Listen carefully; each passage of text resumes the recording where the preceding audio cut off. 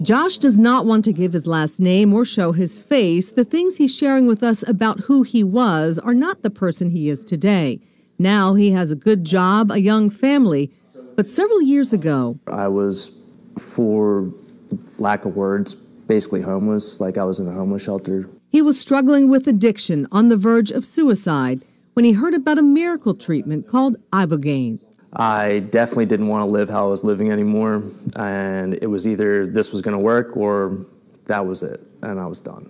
He traveled to a clinic in Mexico. Ibogaine is not legal here in the U.S. It's a Schedule I drug, a hallucinogenic. It's derived from a plant called Iboga, found in the African rainforest.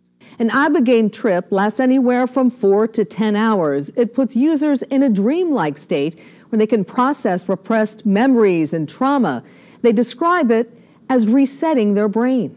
Josh says after his dose, I didn't feel like I was needed to take anything anymore. Almost as soon as I got back, I knew that my life from before was completely done. You really give people a second chance at life.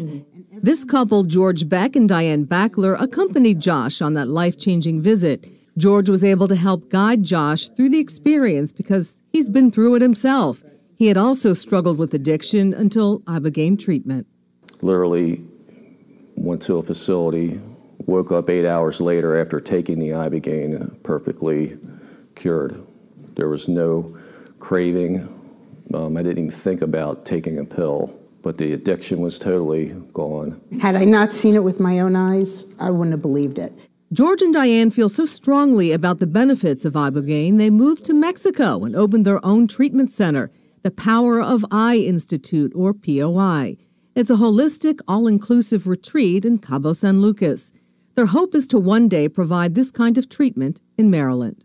George and Diane were encouraged when the Maryland legislature passed the Ibogaine treatment study program to look into the effectiveness and the safety of Ibogaine treatment for opioid dependence.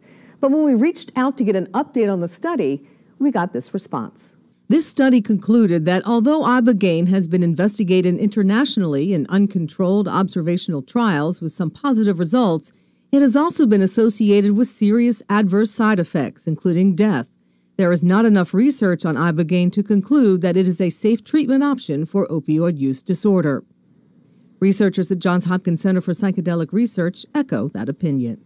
Our field has a little bit of concern about it because of the potential for medical consequences. Dr. Kelly Dunn says there have been a handful of cardiac deaths and also prolonged psychosis tied to Ibogaine. So there's not a lot of data regarding what the exact right dose would be, and we know that there's a very fine line between a dose that might have effectiveness for the treatment of opioid use disorder or addiction in general, and the dose that would cause significant health consequences like cardiac impairment. Diane and George say they take extra safety precautions at the POI Institute and have not had any patients suffer adverse effects. It's a medically focused facility, so people have to be screened ahead of time. We do all their lab work when they get there, reviewed by a doctor. The actual procedure of the treatment is RN supervised completely. And they're monitored the entire time. They're hooked up to an ECG machine, IVs for fluid.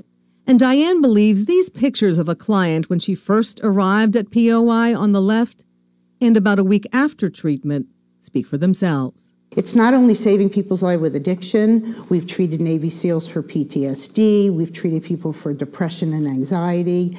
It's just miraculous. For the 11 News I team, I'm MINDY BASARA.